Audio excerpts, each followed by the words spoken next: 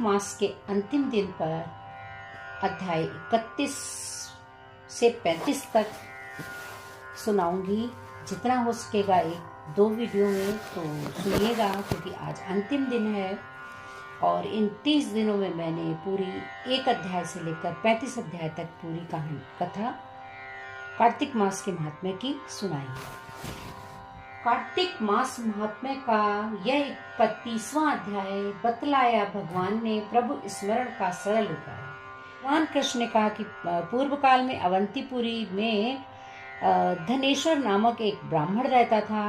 वह रस, चमड़ा और कंबल आदि का व्यापार करता था। वह वैश्यागामी और मद्यपान आदि बुरे कर्मों में लिप्त रहता था। चूंकि वह रात दिन पाप में रत रहता था, इसलिए वह व्यापार करने नगर नगर घूमता था। एक दिन वह क्रय विक्रय के कार्य से घूमता हुआ महिष्मतीपुरी में जा पहुंचा, जो राजा महिष ने बसाई थी। यहाँ पापनाशनी नर्मदा सदैव शोभा पाती है।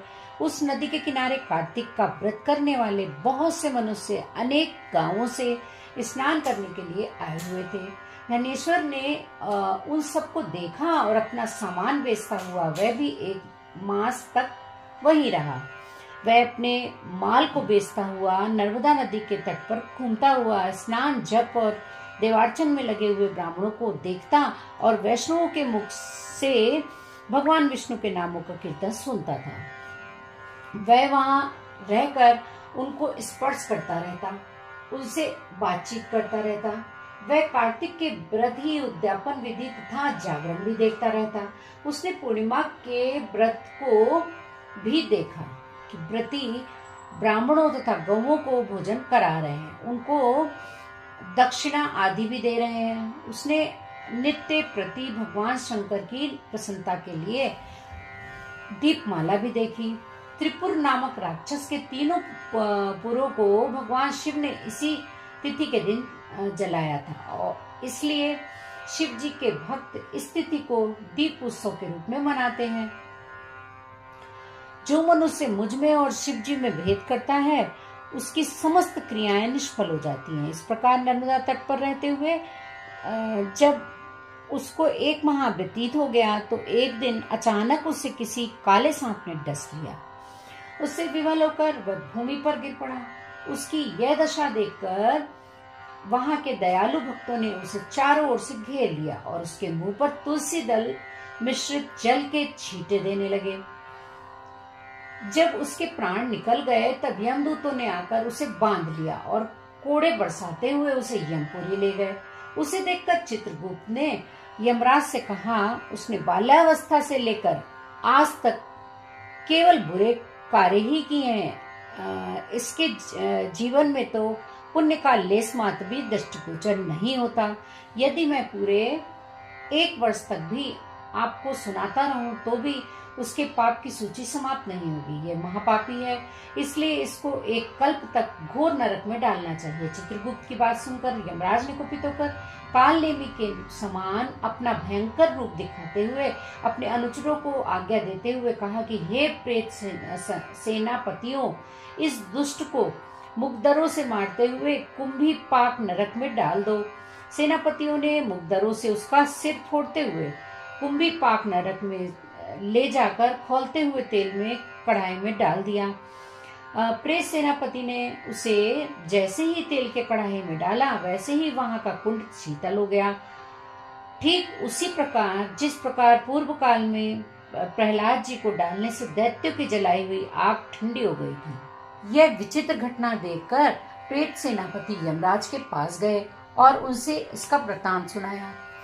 सारी बात सुनकर यमराज आश्चर्यचकित हो गए और इस विषय में पूछताछ करने लगे। उसी समय नारद जी वहां आए और यमराज से कहने लगे कि सूर्य नंदन, यह ब्राह्मण नरकों का उपभोग करने योग्य नहीं है। जो मनुष्य पुण्य कर्म करने वाले लोगों का दर्शन, स्पर्श और उनके साथ वार्तालाप करता है, वह उनके पुण्य का 6वां अंश प्राप्त कर लेता है। यह धनेश्वर तो एक मास तक श्रीहरि के कार्तिक व्रत का अनुष्ठान करने वाले असंख्य मनुष्यों के संपर्क में रहा है, अतः यह सबके पुण्यास का भागी हुआ है। यह उस सबके पुण्यास का भागी हुआ है, उसको अनिक्षा से पुण्य प्राप्त हुआ है, इसलिए यह यक्ष की योनि में रहे और पाप भोग के रूप में सब नरक का दर्शन मात्र करके यम यातना से मुक्त हो जाए। भगवान श्री कृष्ण ने कहा, सत्यभामा, नारद जी के इस प्रकार कहकर चले जाने के पश्चात धनेश्वर को पुण्यात्मा समझते हुए यमराज ने दूतों को उसे नरक दिखाने की आज्ञा दी। इस प्रकार 31वां अध्याय पूरा हुआ। मुझे सहारा है तेरा, सब जगत के पालनहार, कार्तिक मास में महात्म्य के 32वां करे विस्तार।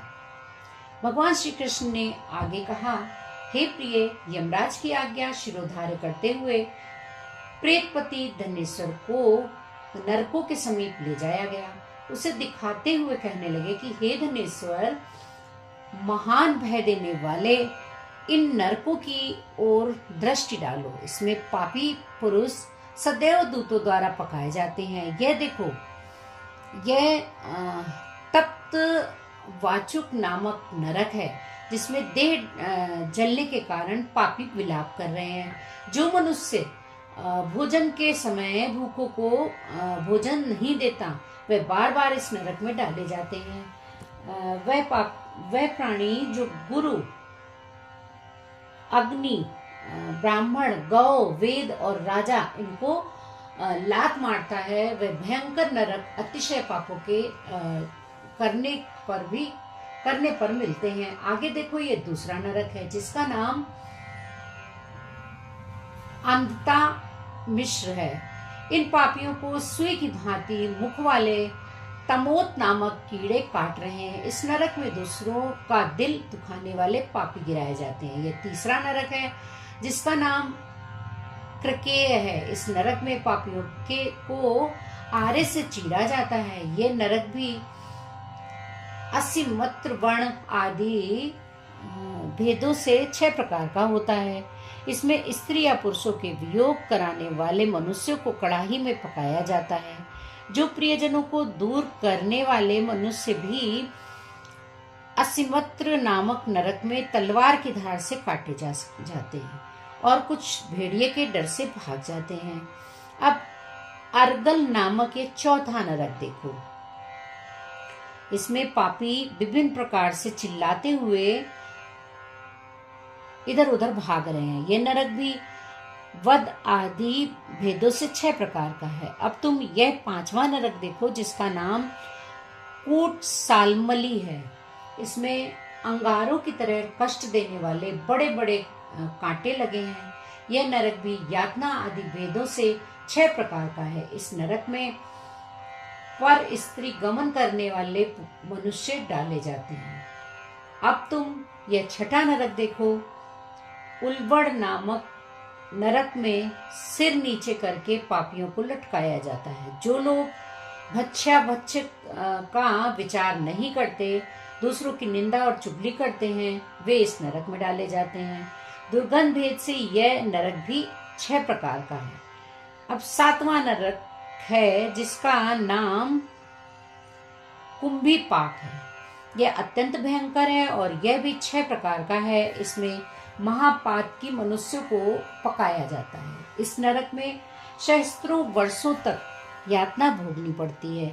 यही रौरव नरक है। जो पाप इच्छा रहित किए जाते हैं वह सूखे, और जो पाप इच्छा पूर्वक किए जाते हैं वह पाप आर्ध कहलाते हैं। इस प्रकार शुष्क और आर्ध भेदों से ये पाप 2 प्रकार के होते हैं। इसके अलावा और भी अलग अलग 84 प्रकार के पाप हैं। अब क्रीण,